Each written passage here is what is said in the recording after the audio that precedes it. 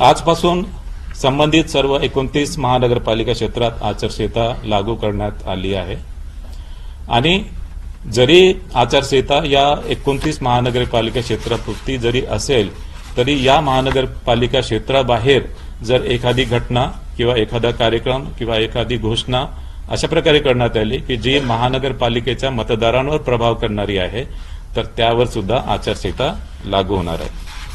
नमस्कार, मैं त्रियोगी पांडे, आप देख रहे हैं 24 टाइम न्यूज एंड एंटरटेनमेंट।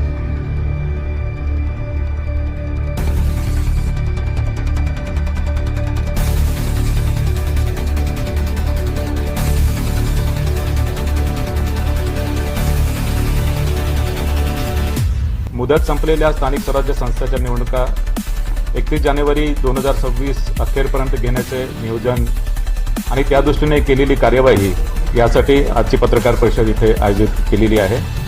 त्यामधील 27 महानगरपालिकांची मुदत संपलेली आहे। 5 महापालिकांची 2020 मध्येच मुदत संपली होती। 18 महापालिकांची मुंबईसहित 2022 मध्ये मुदत संपली आहे आणि 4 महापालिकांची मुदत ही 2023 मध्ये संपली होती। निवडणुकीचा कार्यक्रम आपल्याला सांगतो आहे आणि हा निवडणुकीचा कार्यक्रम बृहन्मुंबई महानगरपालिका आणि तसेच इतर महानगरपालिका या दोघांसाठी हा कार्यक्रम मी सांगतो आहे। नामनिर्देशन पत्र स्वीकारणे याचा कालावधी आहे 23 डिसेंबर ते 30 डिसेंबर 2025। 23 डिसेंबर ते 30 डिसेंबर 2025 नामनिर्देशन पत्र स्वीकारण्याचा कालावधी 23 डिसेंबर ते 30 डिसेंबर 2025। नामनिर्देशन पत्राची छाननी होणार आहे 31 डिसेंबर 2025। नामनिर्देशन पत्राची छाननी 31 डिसेंबर 2025। उमेदवारी माघारीची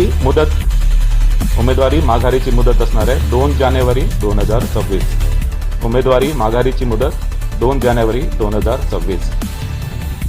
निवडणूक चिन्ह वाटप व अंतिम उमेदवारांची यादी 3 जानेवारी 2026। निवडणूक चिन्ह व अंतिम उमेदवारांची यादी 3 जानेवारी 2026। मतदानाचा दिनांक 15 जानेवारी 2026। मतदानाचा दिनांक 15 जानेवारी 2026।